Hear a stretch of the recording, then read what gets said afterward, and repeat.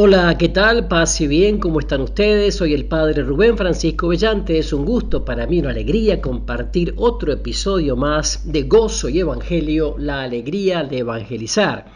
Este programa que, como siempre digo, está dirigido especialmente, a catequistas, evangelizadores, misioneros, agentes de pastoral, servidores, pero por supuesto también a todo bautizado. Y hoy veremos un poco un tema polémico, ¿no? El tema es ¿por qué no evangelizamos? Pero antes quiero recordarles lo que siempre les digo, para estar en contacto con ustedes, para volver a escuchar este programa y los programas anteriores incluso, del año pasado también, pueden suscribirse de manera gratuita a el canal de YouTube Pastoral de la Comunicación Arquidiócesis de Rosario. O sea, entran a YouTube, buscan este canal Pastoral de la Comunicación Arquidiócesis de Rosario y donde dice suscribirse, se suscriben. Lo mismo pueden hacer con mi canal de YouTube Rubén Francisco Bellante. Rubén Francisco Bellante. También pueden darle me gusta a mi página de fanpage de Facebook, que se llama también Rubén Francisco Bellante. Me pueden encontrar también en Twitter y en Instagram. Así que de esa manera estamos comunicados. Para empezar el programa de hoy, entonces los invito a invocar a la Rúa Santa, a la Rúa, al Espíritu Santo de Dios.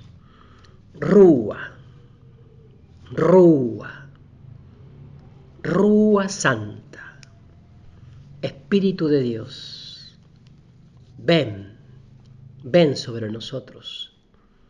Ven Espíritu Santo, ven con tus 7 dones, dulce huésped del alma. Ven, ven porque sin tu ayuda divina no hay nada, nada en el ser humano que sea inocente. Y ven Espíritu Santo con tu santa unción, porque te necesitamos para que nos des docilidad, disponibilidad a la gracia y para poder ser canales de gracia, siendo evangelizadores con poder, que anuncian la persona viva de Jesús con convicción, sin miedo, sin prejuicios, sin falsas prudencias. Ven, Espíritu Santo. Ven a través de la poderosa intercesión del corazón inmaculado de María. Amén. Amén. Decíamos en el programa anterior que la gran comisión es la gran omisión, ¿se acuerdan? La gran comisión de anunciar el Evangelio, el gran mandato, digamos así, confiada por Jesús a sus amigos, se ha convertido en la gran omisión de muchos católicos. De manera particular, si por evangelizar entendemos la predicación del querigma. Entonces la comisión y el mandato se han transformado en omisión de parte nuestra. La Madre Teresa de Calcuta contó la siguiente historia. Nepal, pequeño país musulmán, es muy opuesto al cristianismo. La ley, por ejemplo, no permite hablar de Jesucristo, ni distribuir Biblias, ni reunirse para orar. También hay mucho budismo por allí. Todo aquel que manifiesta su fe cristiana se enfrenta con serios problemas. Unos pierden el trabajo, otros son discriminados por el gran delito de creer en Jesús de Nazaret, y eso no pasa únicamente en Nepal, sino en muchos otros países. Pero, como estamos ahora en el tiempo de la tolerancia, allí el que habla de Jesucristo lleva la Biblia o lleva un símbolo cristiano, lo meten a la cárcel, y quien se hace bautizar tiene que abandonar su país y su familia. Sí, en Nepal. Aunque la ley dictamina arresto para quienes prediquen a Jesucristo, las cárceles están llenas de cristianos que evangelizan, como está pasando también en China actualmente. Cuando salen de prisión continúan evangelizando. Obviamente los vuelven a capturar y regresan tras las rejas, porque ellos están decididos a anunciar a Cristo Jesús, aunque les cueste la vida. El gobierno ya no sabe qué hacer con quienes han perdido el miedo a la prisión. Ahora viene lo triste de la historia. En estos presidios no hay ningún católico. Todos son evangélicos, cristianos no católicos. Protestantes, diríamos, ¿no? Los católicos transitan libres por no cumplir el gran mandato, aunque tal vez son más libres quienes se sienten orgullosos de sus cadenas. Así es. Así es. Al terminar nuestra vida presentaremos el examen final, donde la eternidad será decidida por si hemos o no trabajado en la viña. En aquel momento no contará si nos comprometimos a ir, sino si lo hicimos. De nada servirá decir Señor, Señor, Mateo 7:21. La materia del juicio final será si cumplimos o no con las llamadas obras de misericordia de Mateo capítulo 25, versículos 35 y 36. Sin embargo, me parece que los aspectos que enumerará el juez soberano se pueden aplicar con mayor razón al campo de la evangelización. Si por negar un vaso de agua se nos dictará sentencia eterna, ¿qué nos sucederá si no ofrecimos la fuente de agua viva, la que salta hasta la vida eterna? Si por no alimentar al hambriento se nos lanzará al fuego que no se extingue, ¿qué sucederá a quien no comparta el pan de vida de la palabra que es viva y eficaz? Si por no vestir al desnudo se nos apartará lejos de la presencia del Rey, ¿qué acontecerá a quien no haya revestido de Cristo a los desnudos por el pecado? Si por no visitar a los presos se nos encadenará por toda la eternidad, ¿qué destino tendrán quienes no liberaron de sus ataduras de maldad a los encarcelados? Quien no haya acogido a un forastero no será recibido en las moradas celestiales. Pero, ¿qué le sucederá a quien no haya mostrado el camino a la patria definitiva? En aquel momento se nos preguntará, ¿trabajaste en la viña? ¿Fuiste levadura en la masa? ¿Diste testimonio a tiempo y a destiempo en tu familia, el trabajo y la sociedad de que si Jesús resucitó, cualquier cosa es posible? Los que hayan frustrado el sueño divino de instaurar el reino en este mundo escucharán la terrible sentencia eterna, Mateo 7:23. Aléjense de mí, agentes de iniquidad, que no los conozco. Ante este panorama, cada uno debería contagiarse con el miedo de Pablo, ¿no? ¿O no? ¡Ay de mí si no evangelizara! 1 Corintios 9:16. Nuestra eternidad puede depender de haber ido o no a trabajar en la viña. Unos van y otros no, pero lo importante es descubrir la causa de por qué no lo hacemos. Pregunta, ¿por qué no evangelizamos? Porque no estamos evangelizados. Muchas veces se nos motiva y anima a evangelizar, pero en pocas ocasiones se considera la causa por la cual no lo hemos hecho. En el fondo, la única razón por la que no evangelizamos es porque no estamos evangelizados.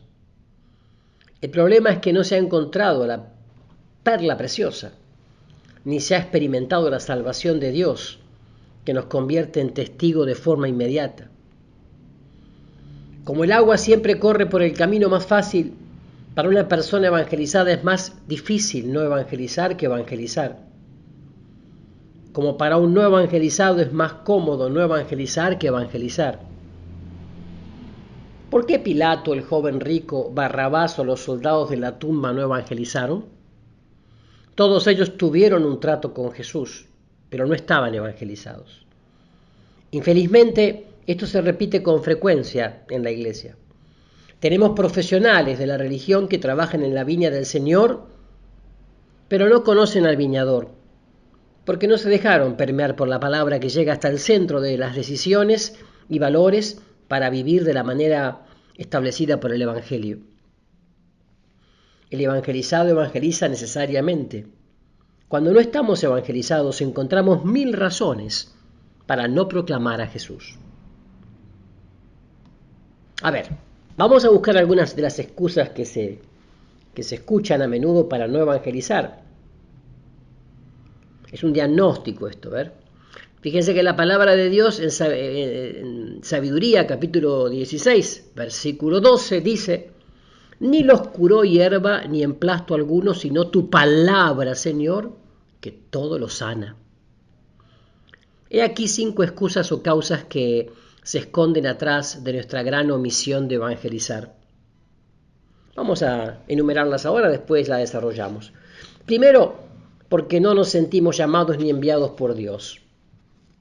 Segundo, porque nos falta fe, que se manifiesta en miedos y temores que paralizan.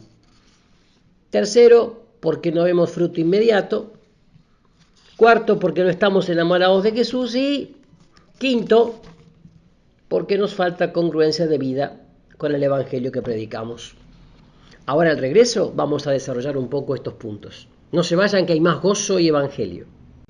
Ya estamos de regreso con más gozo y evangelio en este tema que es ¿por qué no evangelizamos? Y decíamos en primer lugar, porque no nos sentimos llamados ni enviados por Dios. Hay gente que parece un simple operario que trabaja en la viña de forma mecánica y rutinaria, sin entusiasmo. Depende de horarios de trabajo y durante sus vacaciones apaga la llama del celo por el evangelio. Por eso sucumbe ante dificultades y cualquier excusa es suficiente para mirar atrás y abandonar el arado. En el fondo, esta persona no se siente llamada ni enviada. No ha escuchado la irresistible voz del divino sembrador que le ha dicho: ven y sígueme. Tampoco tiene el respaldo de que se le haya confiado una misión ineludible, ¿verdad?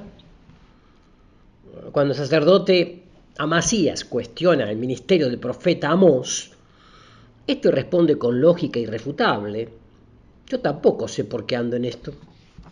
Yo era un campesino, pero escuché el rugido del león. Yo no era profeta ni hijo de profeta, yo era un simple cultivador de higos, pero un día inesperado el Señor me agarró.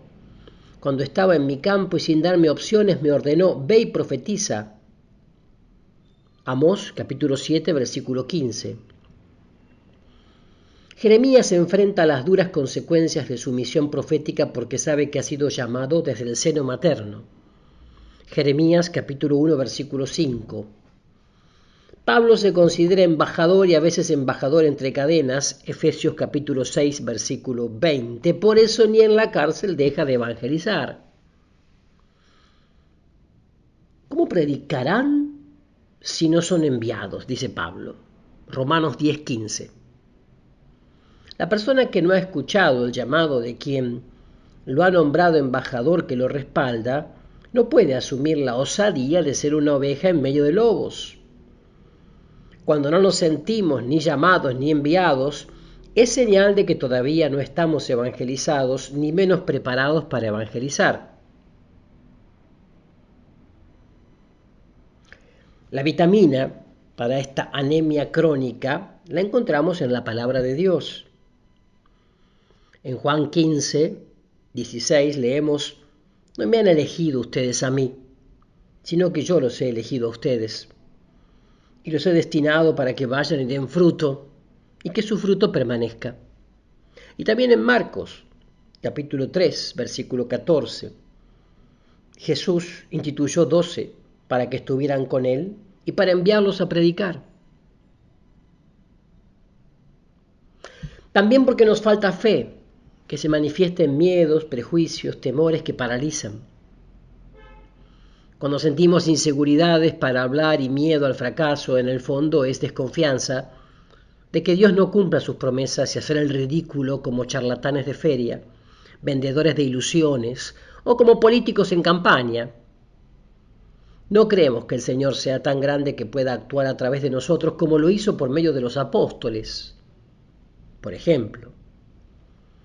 Se nos olvida que cuando somos más débiles es cuando somos más fuertes y Dios se glorifica más con nuestras fragilidades que con nuestras cualidades.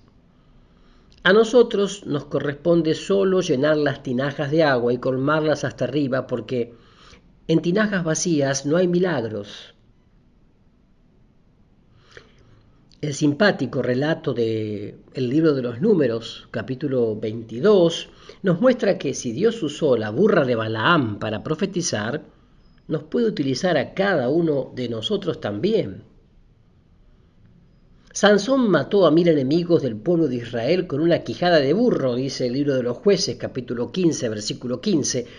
Si Dios es capaz de hacer maravillas con una quijada de burro, ¿qué no podrá hacer con el burro completo?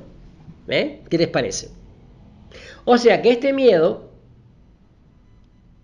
más allá del humor, digo, de la burra de Balaán y de la quijada de burro, este miedo proviene de suponer que solo contamos con nuestras limitadas fuerzas, en vez de depender de aquel que resucitó a Jesús de entre los muertos.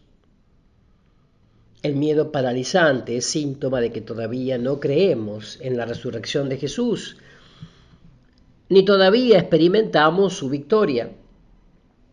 Por lo tanto, aún no estamos evangelizados. En cambio, si creemos que Jesús está vivo hoy, siempre existe una esperanza.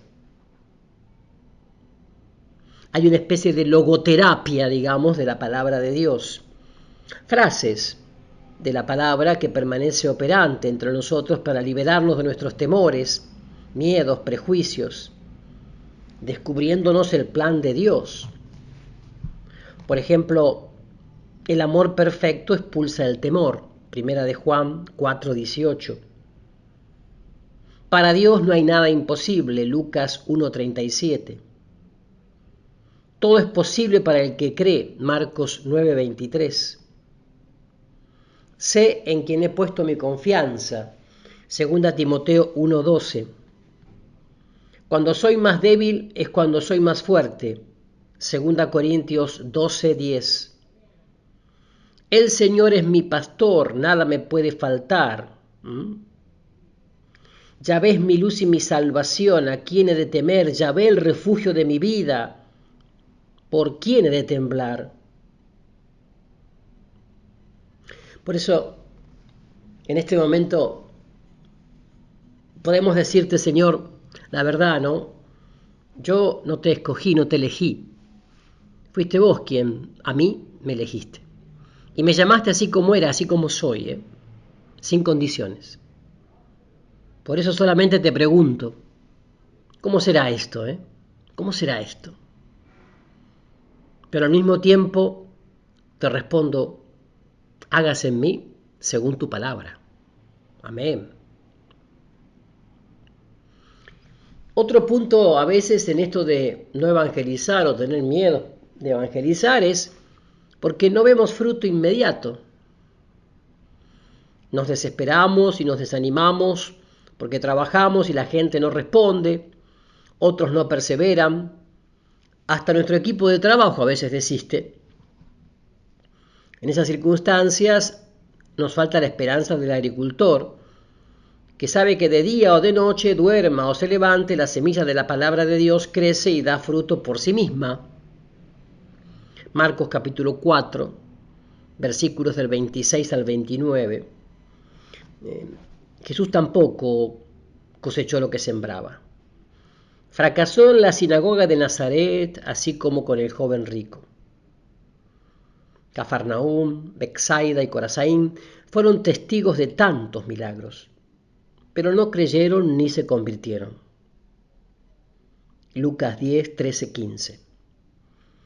A la mitad de su ministerio, cuando era rechazado por las autoridades de Jerusalén y los sabios e inteligentes se burlaban de él, mientras que los escribas lo perseguían, levantó los ojos al cielo y exclamó: yo te bendigo, Padre. No entiendo, pero te bendigo. Lucas 10, 21. Cuando nos desanimamos porque no vemos el fruto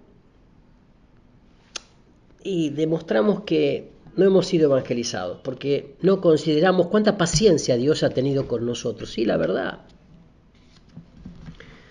La palabra reaviva la llama de la esperanza cuando nos asegura que si un muerto resucitó, todo es posible. No hay nada imposible para Dios, que es capaz de dar vida al valle de huesos secos, como leemos en Ezequiel, capítulo 37, ¿no?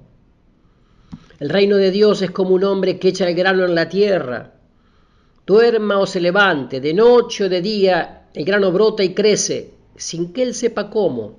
La tierra da el fruto por sí misma, primero hierba, luego espiga, después trigo abundante en la espiga, y cuando el fruto lo admite, enseguida se le mete la hoz porque ha llegado el tiempo de la cosecha. Marcos capítulo 4, versículo 26 al 29. Y la esperanza no falla porque el amor de Dios ha sido derramado en nuestros corazones por el Espíritu Santo que nos ha sido dado. Romanos 5:5. Pablo sembró, Apolo regó, pero Dios da el crecimiento. 1 Corintios 3:6.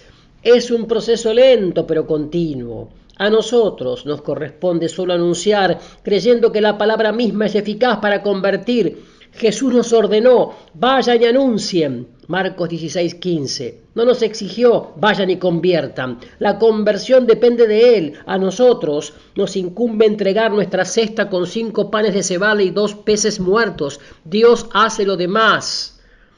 El evangelizador trabaja con la esperanza de que la palabra tiene poder. Romanos 1:16. Que es viva y eficaz. Hebreos 4:12. Y no vuelve vacía a Dios, Isaías 55:10, ya que se tiene que morir para vivir y los comienzos son del tamaño de un grano de mostaza, Mateo 13:31, 32. Señor Jesús, vos me has enviado para proclamar tu palabra y ser testigo de tu resurrección. Me has equipado como embajador con el poder de tu Espíritu Santo, pero Señor, te ofrezco el fruto de mi trabajo. Desisto del éxito inmediato en tu viña y me abandono sin condiciones. Te entrego el poder, el honor y la gloria a vos, Señor, y renuncio a ser exaltado y glorificado por los demás. Amén. Amén. Enseguida regresamos con más gozo y evangelio. Ya estamos de regreso con la tercera parte de hoy de Gozo y Evangelio, donde estamos viendo el tema de por qué no evangelizamos, ¿no? Y también por qué no estamos enamorados de Jesús. ¿Qué te parece? En Mateo 12, versículo 34, leemos de la abundancia del corazón, habla la boca.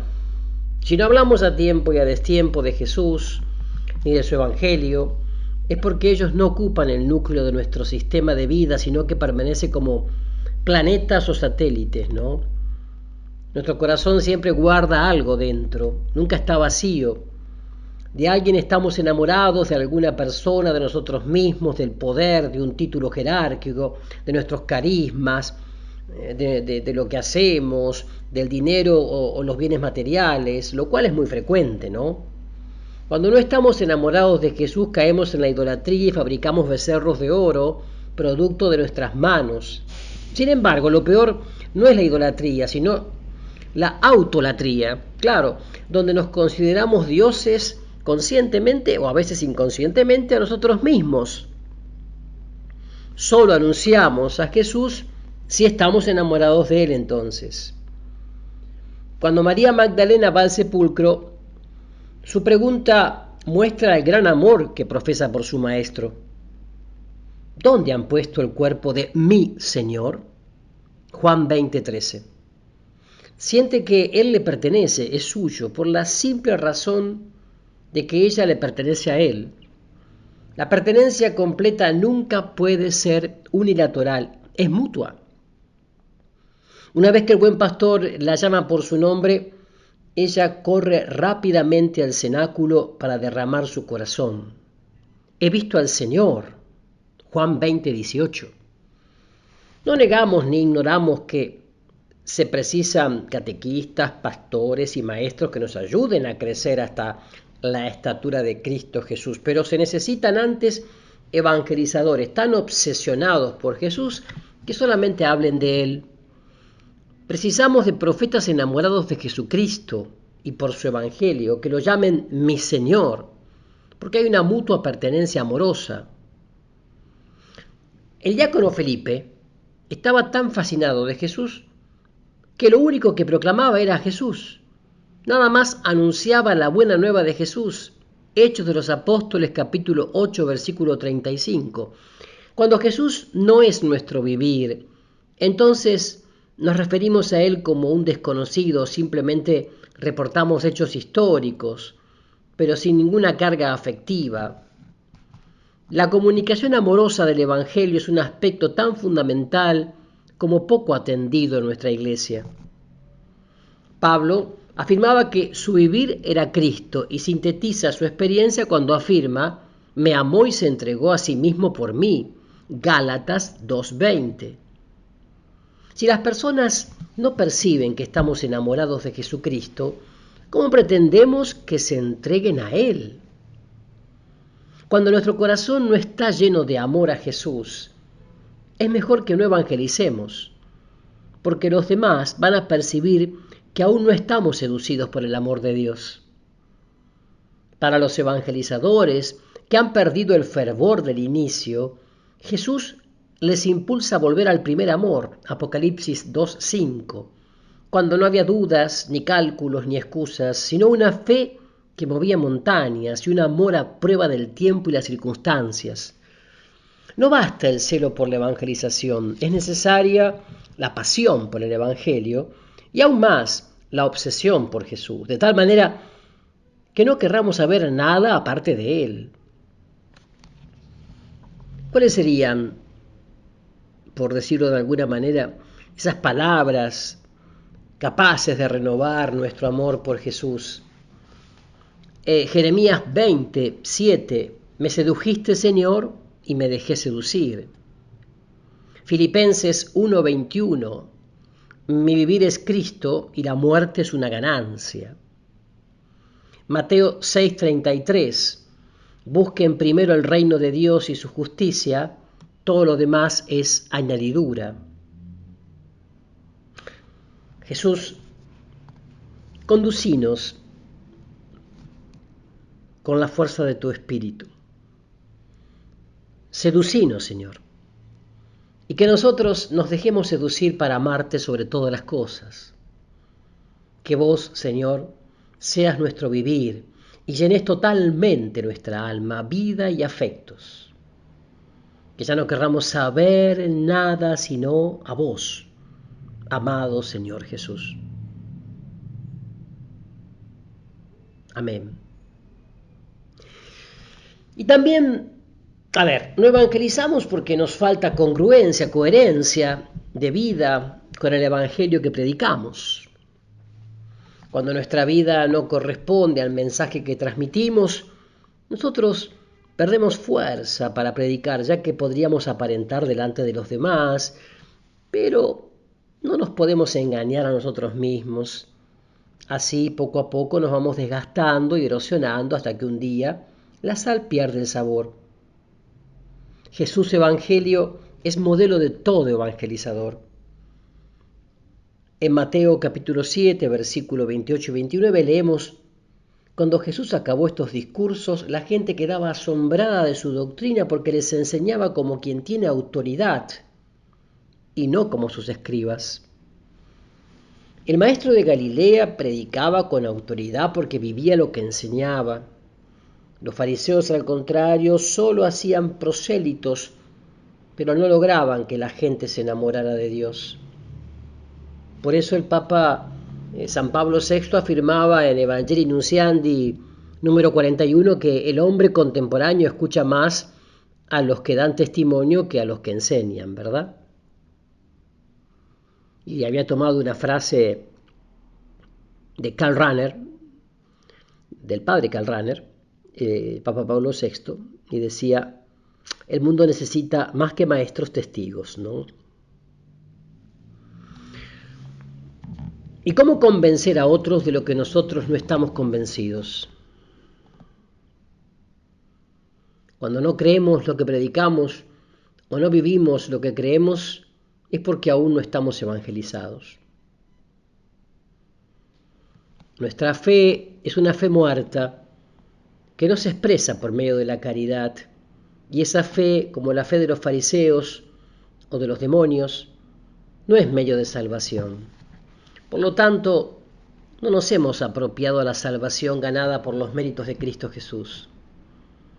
Si el Evangelio aún no permea cada poro de nuestra piel, si no rige nuestros valores, criterios, actitudes, principios, ni prioridades, si seguimos coqueteando con lo frívolo, lo superficial, lo cholulo, la vanagloria, si la ambición de poder y el mundo de las apariencias o exceso de bienes superfluos dominan nuestra vida, es porque todavía no hemos proclamado el señorío de Jesús en todas las áreas de nuestra vida. Algo pasa. Aunque estemos proclamando un mensaje ortodoxo, si no somos congruentes con el mismo, si no lo creemos ni vivimos, solo estamos haciendo propaganda. El antiguo fariseo de Tarso, Saulo, se atreve a hablar de mi evangelio, 2 Timoteo 2:8, Romanos 2:16, porque hay una identificación de su vida con el mensaje que predica. El evangelizador y el evangelio forman una unidad indisoluble de mutua pertenencia. En una etapa de mi vida me contaba alguien, fui vendedor de libros y enciclopedias. Y después de varios meses y tras muchos intentos, vendí 3 colecciones en un mismo día. Entonces, el director de la empresa dice que llamó a la oficina, ¿no? Y me dijo, ¿qué harás ahora con el dinero ganado? Y yo le enumeré una lista, dice este testimonio, ¿no? De lo que tenía proyectado comprar. Él me puso la mano en el hombro y me aconsejó con sinceridad, amigo, usted es una buena persona, pero mejor deje este trabajo, usted no es para esto. Entonces dice, este testimonio, este hombre dice que extrañado porque no entendía por qué le decían eso, pidió una explicación y le dijeron, usted no vende los libros porque usted no está convencido del producto. Si usted estuviera convencido, lo primero que hubiera hecho con su dinero sería comprar la colección de libros. No, usted no está convencido y así nunca usted va a convencer a nadie. Retírese y busque otro trabajo con el que se identifique. Usted va a triunfar, pero va a triunfar en el campo donde usted tenga fe que el producto que ofrece vale la pena. Es muy interesante el testimonio, para pensarlo, ¿no? Para rezarlo mucho. Y el Salmo 119 nos dice, la palabra es lámpara para nuestros pasos, una espada que penetra hasta las profundidades del alma. Efesios 6:17, ¿no? Un martillo que destruye los ídolos, Jeremías 23:29. Agua que da vida, Isaías 55:11. Miel que endulce amargura, Salmo 119. Semilla que crece por sí misma, Lucas 8:11. Y alimento que vivifica, Marcos 4:4. Ya regresamos con la última parte de Gozo y Evangelio de hoy. Ya estamos de regreso con la última parte de Gozo y Evangelio de hoy. ¿Por qué no evangelizamos? Cuando no evangelizamos, ¿no? Cuando dudamos del amor gratuito de Dios. Sí, dudamos, aunque lo decimos de la boca para afuera, ¿no? Por ejemplo, no nos sentimos amados apasionadamente por Dios, que hasta envió a su Hijo único cuando todavía éramos pecadores, no para condenarnos, sino para hacernos criaturas nuevas que implantan la civilización del amor. Cuando no sentimos el amor de Dios, presentamos 1000 excusas, como Moisés en el desierto de Madián. Pero una vez que hemos sido incendiados por la zarza ardiente, en ese momento tomamos el bastón para ser agentes de liberación de los oprimidos. Al profeta Jeremías le tocó predicar en uno de los momentos más críticos de Judá. Tuvo 1000 enemigos, innumerables traiciones y todo estaba en su contra. Incluso estuvo tentado varias veces a abandonar el ministerio profético, pero confiesa que no podía apagar aquel fuego prendido en la médula de los huesos. Me sedujiste, Señor, y me dejé seducir, Jeremías 20:7. Quien ha tenido una experiencia del amor de Dios no puede dejar de proclamar la buena nueva en medio de cualquier dificultad o adversidad. ¿Cómo ser testigos del apasionado amor divino si antes no estamos convencidos? En Marcos capítulo 5, versículos del 1 al 20, vemos que el endemoniado de Gerasa moraba desnudo en los sepulcros y se hería continuamente con piedras, pero cuando fue liberado de aquella legión de demonios, se dedicó a proclamar en la Decápolis que Dios había tenido misericordia de él. El primer color que brilla en una persona evangelizada es que está tan llena del amor de Dios que lo derrama. Quien no se siente amado aún no está evangelizado y por lo tanto no debería evangelizar. Si nuestra realidad es que no hemos experimentado en nuestra vida ser amados de tal forma que Dios nos ha enviado a su Hijo único, el cual ha dado la prueba máxima del amor, la vida por sus amigos, deberíamos leer continuamente estos textos, por ejemplo, Jeremías 31, 31, 33. He aquí que días vienen, oráculo de Yahvé, en que yo pactaré con la casa de Israel y con la casa de Judá una nueva alianza. Esta será la alianza que yo pacté con la casa de Israel. Después de aquellos días, oráculo de Yahvé, pondré mi ley en su interior, y sobre sus corazones la escribiré. Y yo seré su Dios, y ellos serán mi pueblo. Jeremías 31, 31, 33. La prueba de que Dios nos ama es que Cristo, siendo nosotros todavía pecadores, murió por nosotros. Romanos 5:8. Tanto amó Dios al mundo que dio a su Hijo único para que todo el que crea en Él no perezca, sino que tenga vida eterna. Juan 3:16. Por eso, Señor, envíanos una nueva efusión de tu Espíritu, que me revele que eres Abba, Papá.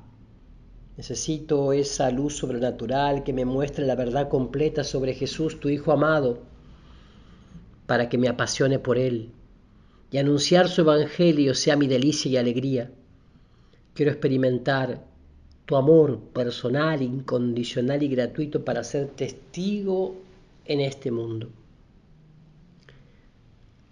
También es verdad que cuando nos falta el Espíritu Santo, nos falta la rúa santa, ¿no?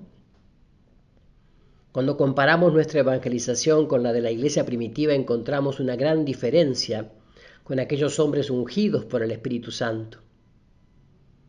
Los apóstoles daban testimonio de la resurrección del Señor con gran poder. Hechos de los Apóstoles 4:33. Si la primera evangelización es cosecha de Pentecostés, la nueva evangelización no podrá ser sino fruto de un nuevo Pentecostés. Porque nos hace falta una nueva fusión del Espíritu con dinamis y parresía para evangelizar con gran poder.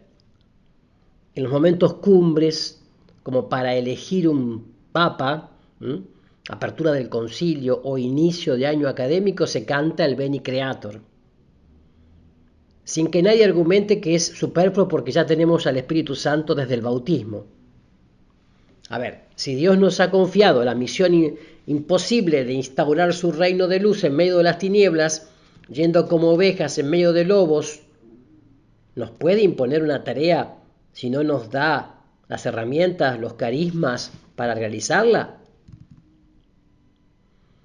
Cuando carecemos de Espíritu Santo, se evidencia que todavía no hemos sido verdaderamente evangelizados.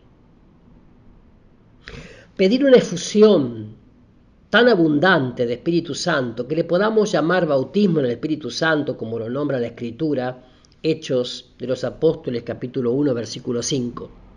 No se trata de argumentar que ya lo tenemos desde el bautismo, que es verdad, sino que necesitamos más. Si ya lo recibimos en el bautismo, entonces ¿por qué se recibe también en la confirmación? ¿Y por qué se pide en cada fiesta de Pentecostés? Pedro y Juan ya habían recibido el Espíritu Santo en Pentecostés, pero cuando arreciaron los vientos de la persecución, en vez de quejarse o lamentarse, pidieron más poder para seguir adelante en medio de las dificultades. Hechos de los Apóstoles, capítulo 4, versículos 29 al 31. Dice, Pedro y Juan ya habían recibido el Espíritu Santo en Pentecostés, pero cuando arreciaron los vientos de la persecución, en vez de quejarse o lamentarse, pidieron más poder para seguir adelante en medio de las dificultades. ¿Sí? Y ahora, Señor, ten en cuenta sus amenazas y concede a tus siervos que puedan predicar tu palabra con toda valentía, extendiendo tu mano para realizar curaciones, señales y prodigios por el nombre de tu santo siervo Jesús. Y acabada su oración, retembló el lugar donde estaban reunidos y todos quedaron llenos del Espíritu Santo y predicaban la palabra de Dios con valentía. Una buena terapia sería recitar y orar todos los días la secuencia del Espíritu Santo que resume su ser y su quehacer. Ven, Espíritu Santo, y envía desde el cielo un rayo de tu luz. Ven, Padre de los pobres, ven a darnos tus dones, ven a darnos tu luz. Fortalecedor lleno de bondad, dulce huésped del alma, suave alivio para el ser humano, descanso en el trabajo, templanza en las pasiones, alegría en nuestro llanto. Penetra con tu santa luz en lo más íntimo del corazón de tus fieles.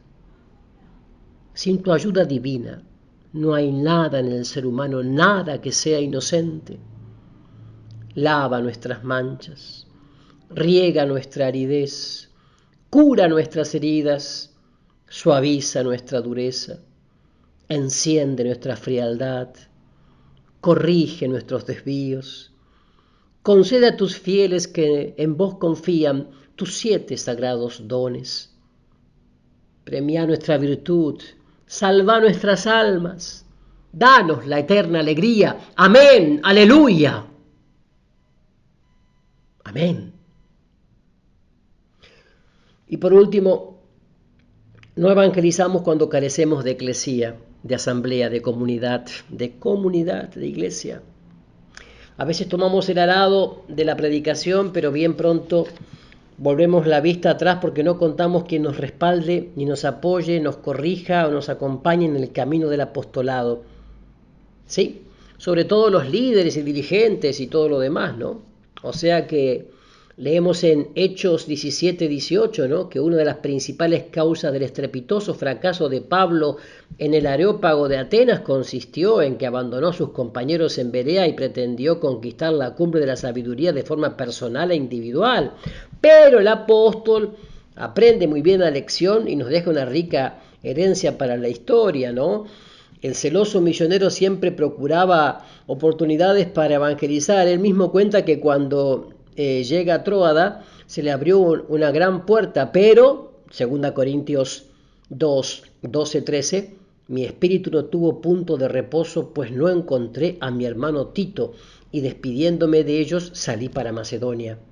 O sea, no puede evangelizar porque su espíritu está inquieto por no hallar a su hermano Tito, a su compañero, hermano de comunidad, y parte acongojado a Macedonia en busca de una comunidad de amigos y misioneros. Ahí está. Generalmente nos referimos a las cartas de San Pablo, pero no todas fueron escritas por él. En algunas ocasiones las redactó a través de un secretario, Tercio, pero Silas y Timoteo fueron también coautores en varias de ellas. Son cartas comunitarias. Por eso, cuando era encarcelado, hasta sus discípulos lo acompañaban. Y en su última cautividad romana estaba escoltado por Lucas y manda llamar a Timoteo para que también le traiga a Marcos a la cárcel. Mamertina, en Roma.